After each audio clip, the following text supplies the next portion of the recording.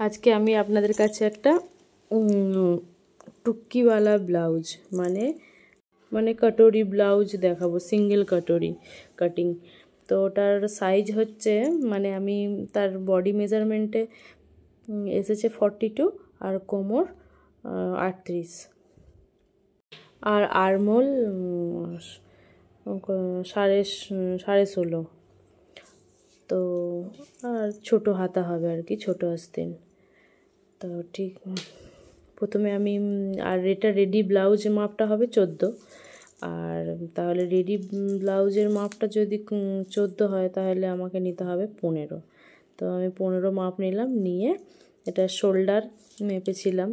তো শোল্ডার মানে যার ব্লাউজ সে একটু শোল্ডারটা ছোটোই পড়ে, তো সেই হিসাবে আমি নর্মাল যে মাপটা সবার মোটামুটি 32, 34, 34 সাইজ পর্যন্ত যে মাপটা চলে আর কি, 5.5, 5.25 মাপটা চলে যায়। 2.5-3 নিলেই হবে।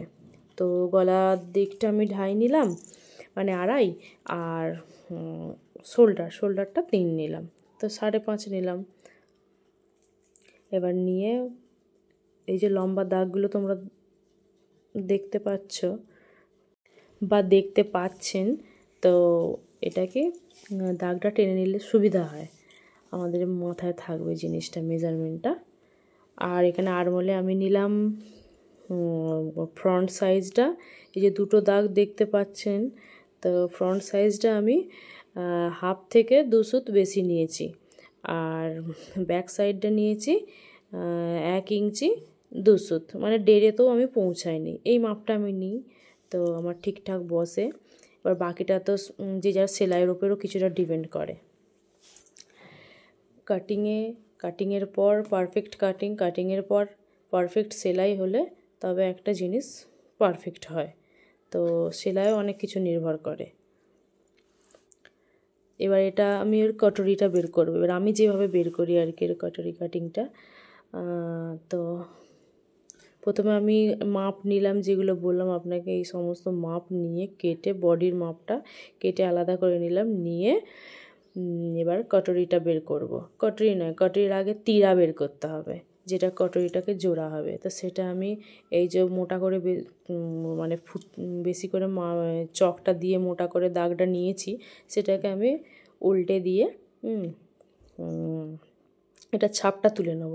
সেই ছাপটা তুলে নিয়ে শুধু দেখতে পাচ্ছেন আপনারা, তীরাটা আমি বের করে নিচ্ছি। তো এই তীরাটা বের করে নেওয়ার পরে এবার কটরিটা বের করব। কটরিটা আমি কিন্তু কাপড়ে বের করব না, অস্তরে বের করব না, এটা বের করব আমি আলাদা পেপারে, যেটাকে আমাকে আমার টেলার মাস্টার যেমন করে শিখিয়েছে। তো পেপার যে আছে একটা সিঙ্গেল পেজের মতলব পেপারের পেজ নিয়ে, আর সেটাকে হাফ করে নেবেন। হাফ করে নিয়ে আমি যেরকম করে রেখেছি, প্রথমে যে বডিটা কাটলেন সেই বডিটা রেখে তার উপর তীরাটা রেখে মানে ভেতরে পেপারটা থাকবে। তো সেই হিসাবে শোল্ডার মিলিয়ে ওদিকে আর্মহোল মিলিয়ে কটরির মাপটা নিয়ে নিতে হবে, নিয়ে দু সাইডে 1.5 করে ছাড়তে হবে, ছেড়ে আর প্রত্যেকটা মাপ নিয়ে আবার দুবার করে একটু মিলিয়ে দেখতে হবে। যারা একটু জানে তারা জিনিসটা দেখলে বুঝতে পারবে, ধরে নিতে পারবে। তবে এরকম করে কাটিং করলে এটা পারফেক্ট একটা কাটিং বেরিয়ে আসে, খুব একটা গন্ডগোল হয় না, আপনি মোটামুটি কাস্টমারের মন জয় করতে পারবেন।